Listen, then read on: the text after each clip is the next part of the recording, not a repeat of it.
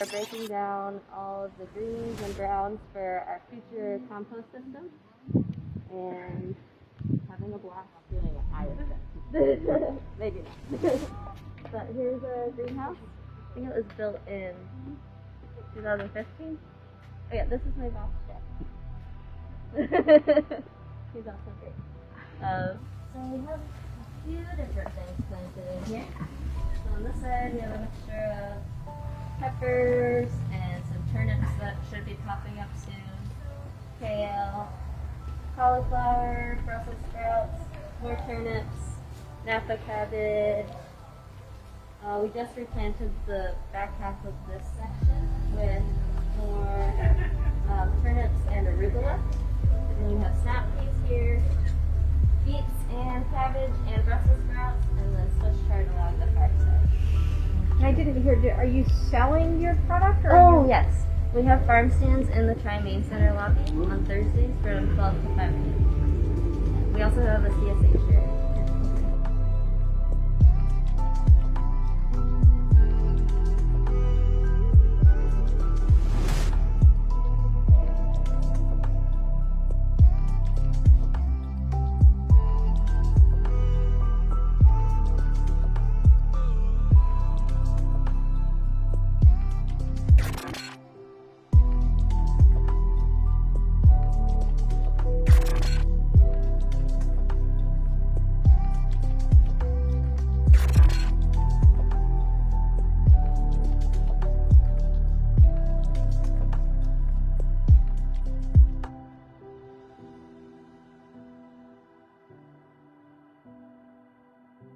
Since 2015, so we're in our 5th season.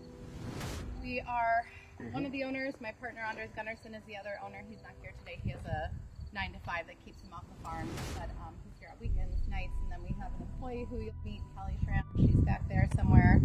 We're harvesting for our farm share CSA program and our farm stand that we do on the other side of this building on Tuesday nights from 4 to 7. We have a 60-member CSA. Some of those shares are subsidized by some of our partners in Bailey Green. We do an on-site farm stand. We sell to area restaurants and businesses. And we bought the property through an auction back in 2014, fall of 2014. We've been, kind of building slowly as we've been bringing in some income from the crops that we grow. So that was year 1. Yeah, there was no structures on the property. It was just me out here, kind of like a crazy person, washing with one single hose everything, taking it to the farmer's market. I didn't have a cooler, so if I didn't sell it right away, I had to try and find a way to get rid of it quickly, which kind of started this 20 bag program. I would post online like, hey, who wants to take a picture of everything that we were growing. Who wants a 20 bag? I'll come drop it off at your doorstep. And it was pretty successful, so we've kind of used that since then, but now we ask that people come to us. It's a lot easier than driving around.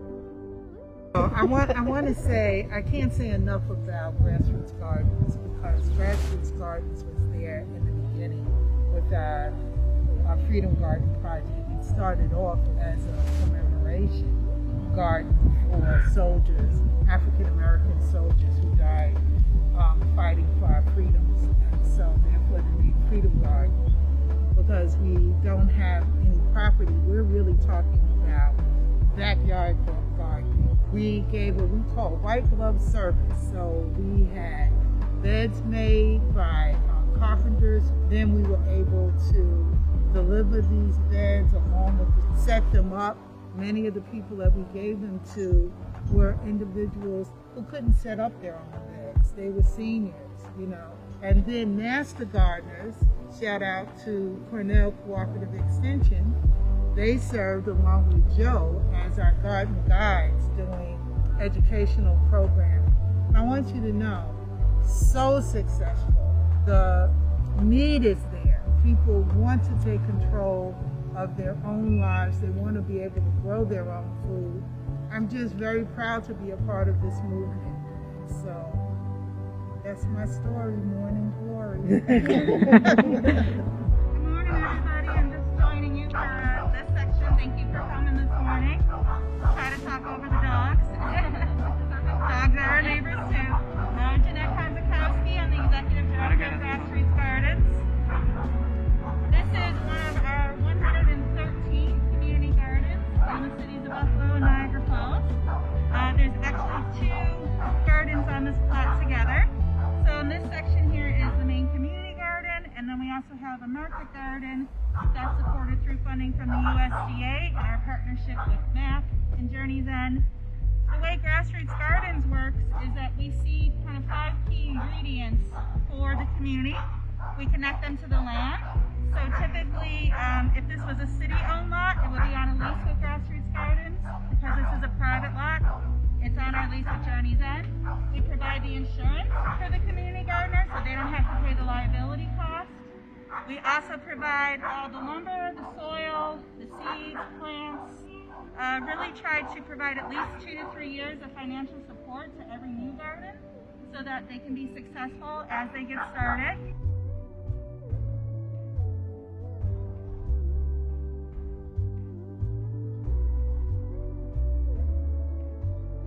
My name's Allison Mahoney. This is Billy. He is the farm manager.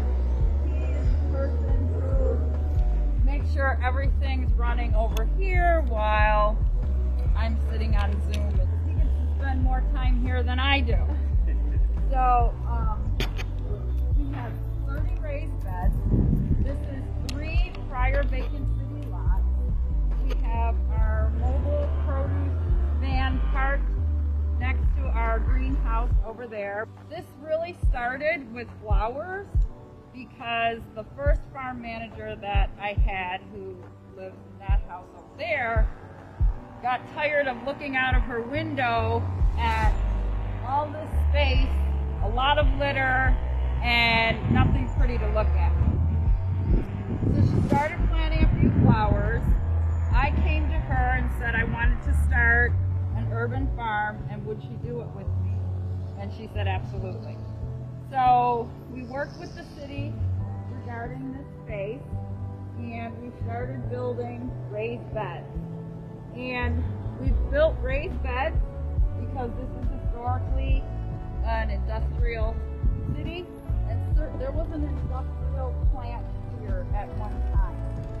So we didn't want to plant anything in the ground. So we built the raised beds, we bring in the soil, and we bring in our organic fertilizer from an organic dairy farm out in Eden. We grow mainly green leafy vegetables like collards, kale, mustard greens, turnip greens. We all know that, you know, we're lucky in Western New York to have so many people who care about our ecosystem. And so we're excited to be a part of helping with that.